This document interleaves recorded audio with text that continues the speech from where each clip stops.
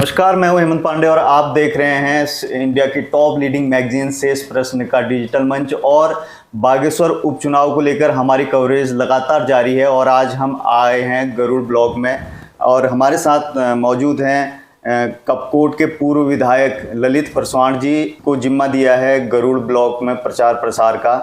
तो सर, बागेश्वर विधानसभा में जो उपचुनाव हो रहे हैं इस समय ये बीजेपी कांग्रेस दोनों की नाक का सवाल बन गया है, तो आपकी क्या रणनीति है इस सीट को जीतने के लिए?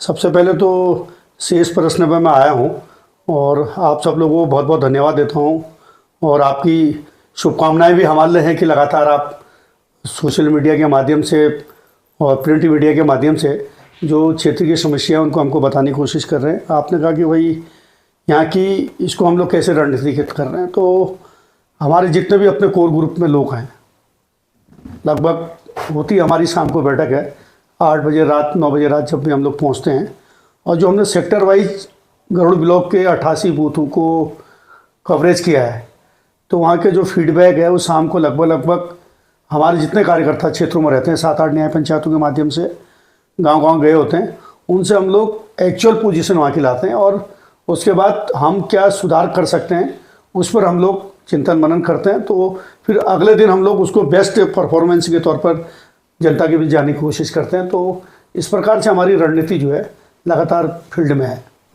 इस चुनाव से पहले रंजीत दास जी का बीजेपी में जाना कई सवाल खड़े कर रहे हैं और लोग कई किस्म के सवाल पूछ रहे हैं, इसको लेकर क्या कहेंगे? रंजीत दास जी कैसे चले गए बीजेपी में? तो रंजीत दास जी वैसे बीजेपी में जाना तो नहीं चाहिए था एकदम ही, क्योंकि उनके लिए यही ऑप्शन था। अगर 2 दिन और इंतजार करते तब शायद पार्टी में बहुत बड़ी टूटन भी रहती, लेकिन उन्होंने प्रत्याशी के आने से पहले ही भाजपा की सदस्यता ले ली, तो उसकी वजह से भाजपा कांग्रेस में एकजुटता का परिचय हो गया कि भैया हम लोग नहीं जाएंगे। और इस समय तक शायद उन्होंने तोड़ फोड़ की राजनीति कर रहे होंगे।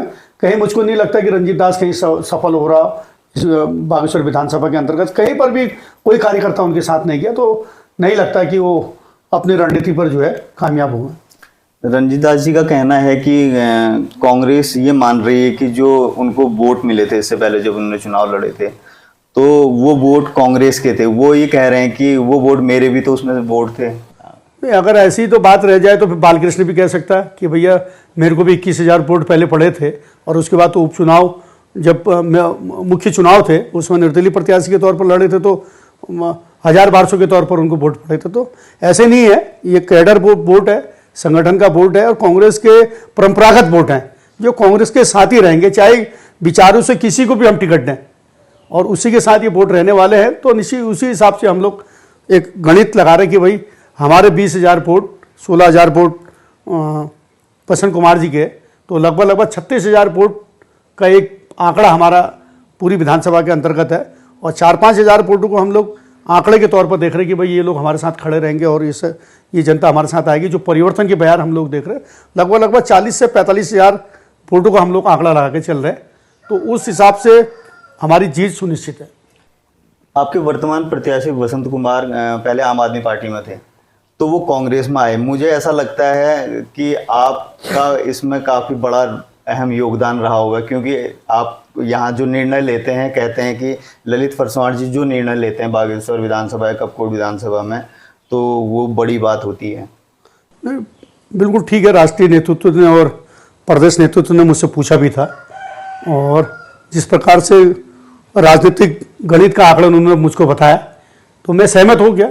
और मुझको जो पिछले 2007 से लेके 2022 तक के जो यहाँ का विधानसभा का आंकड़ा था कांग्रेस के पक्ष में और विपक्षी दलों के पक्ष में, और जो निर्दलीय प्रत्याशी और दूसरे राष्ट्रीय घटक दल है उनके पक्ष में जितना मतदान होता था उसको गुणा भाग करते हुए हमने भी निष्कर्ष निकाला कि भाई ये सीट को हम लोग 2012 से लगातार लूज कर रहे हैं, 2007 के बाद से, तो एक नई मिसाल कायम करें कि भाई प्रसन्न कुमार को टिकट दें और एक मजबूत स्थिति के साथ जो हमारा कांग्रेस का जो हमसे छिटक गया भाई है, वो हो सकता है इसी बहाने हमारे साथ फिर कांग्रेस के साथ जुड़ जाए और एक नई मिसाल के तौर पर हम लोग प्रसन्न कुमार को बनाते। तो इसी चुनाव गणित में हम लोग यहाँ कामयाब होते दिख रहे हैं। अभी जैसे हम जनता से सवाल कर रहे हैं कि आप किसको चाह रहे हैं कि इस बार यहाँ से विधायक बने, तो कई हमको जनता कन्फ्यूजन में भी लगी कि भाई किसको बनाएं, यहाँ से विधायक किसको जिताएं। तो आप मतलब कि कांग्रेस को क्यों वोट दे जनता?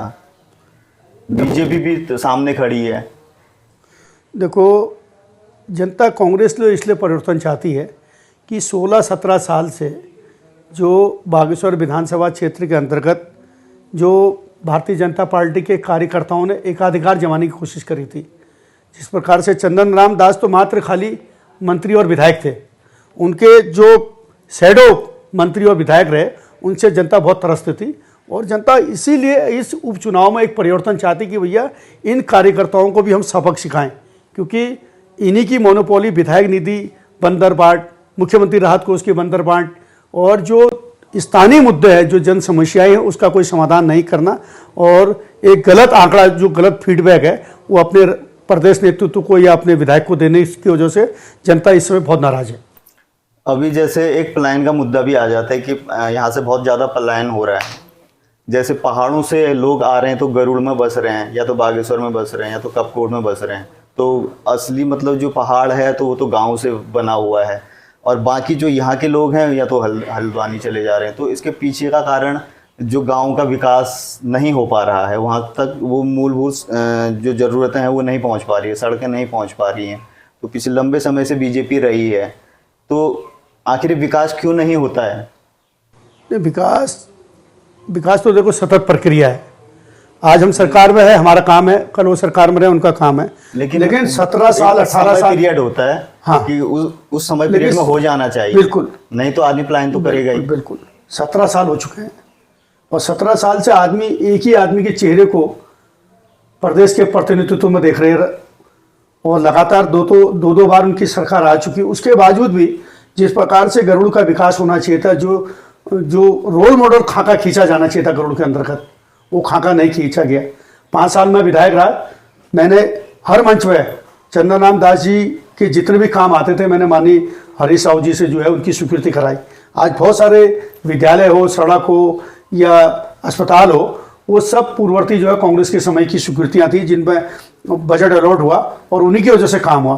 तो ये जो आज पलायन का कारण बन रहा है, तो यहाँ पर हमारे पास कोई ऐसे इंफ्रास्ट्रक्चर नहीं है। कपकोट में मैं विधायक रहा तो हॉर्टिकल्चर के क्षेत्र में हमने काम करा, तो आज वहाँ पलायन जो है लगभग अपनी गति से रुकने की कोशिश कर रहा है और एक रोजगार के नए सृजन अवसर हो रहे हैं। यहाँ भी बहुत प्रचुर मात्रा में हम लोग पलायन को रोकने की कोशिश कर सकते थे।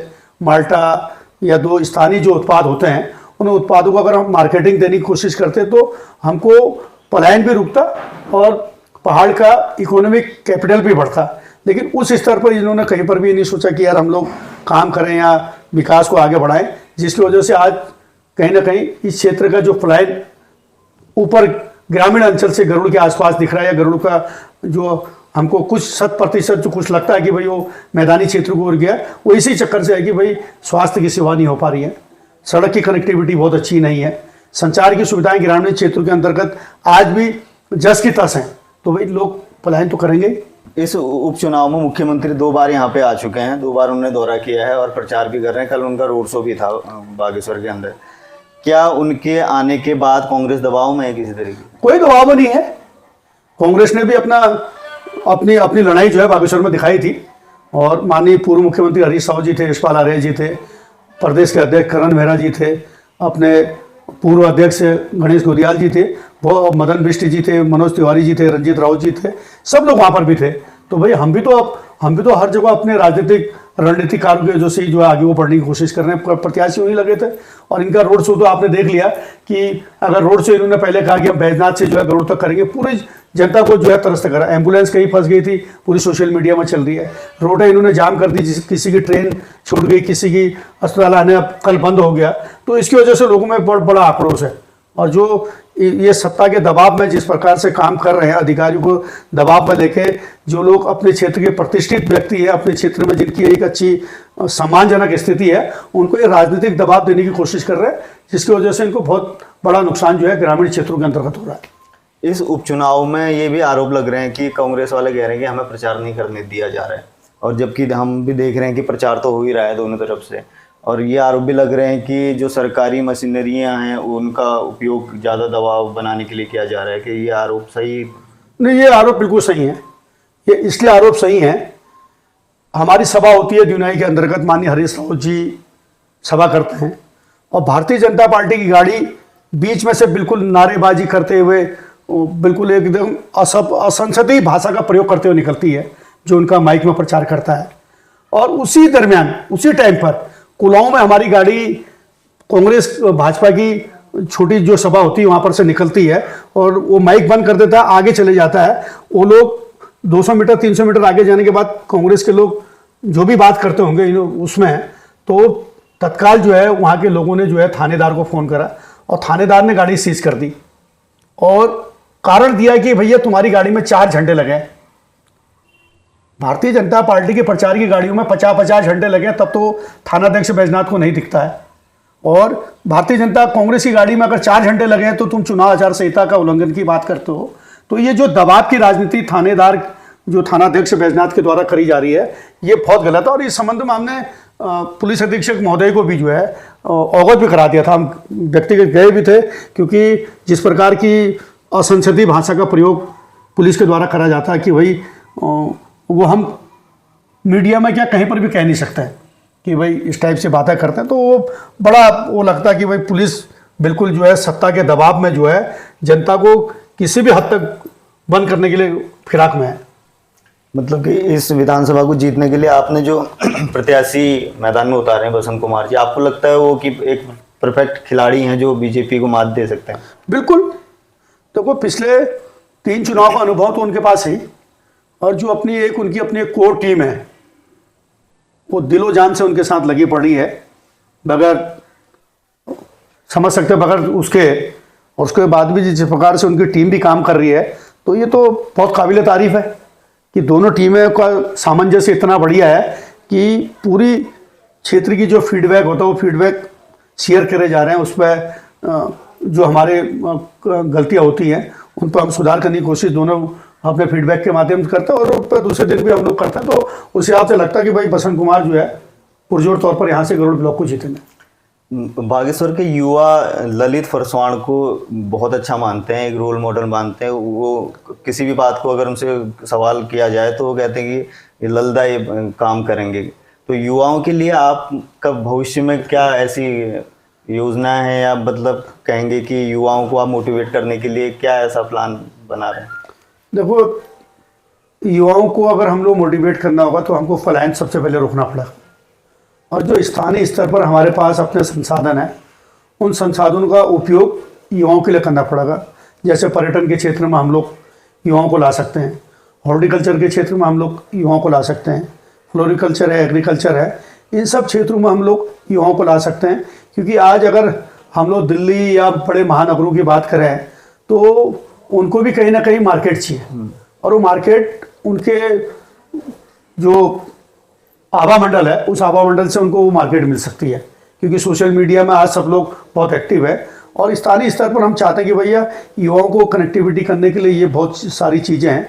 और उसके लिए हमने सोचा भी था कि हम लोग हर बार कुछ ना कुछ यूथ एक्टिविटीज़ करते हैं, कौसानी में या कहीं पर भी 2-3 दिन की एक वर्कशॉप करके, और उनके अपने जो टैलेंट होता है उस टैलेंट को हम लोग लाते भी है और उनकी फिर उसमें कहीं ना कहीं विचार करके उसका समाधान करने की कोशिश करते हैं, जिसकी वजह से एक यूथ कनेक्टिविटी हमारे साथ लगातार हर क्षेत्र में जुड़ी पड़ी है। चाहे हम किसी भी क्षेत्र में चले जाए, लोगों ने मेरा चेहरा नहीं भी देखा होगा, नाम जरूर सुना होगा, तो उसकी वजह से लोगों को लगता है कि भाई मैं इसी गरुड़ में मेरा 2012 के बाद 10 साल से कनेक्टिविटी छूट गई थी।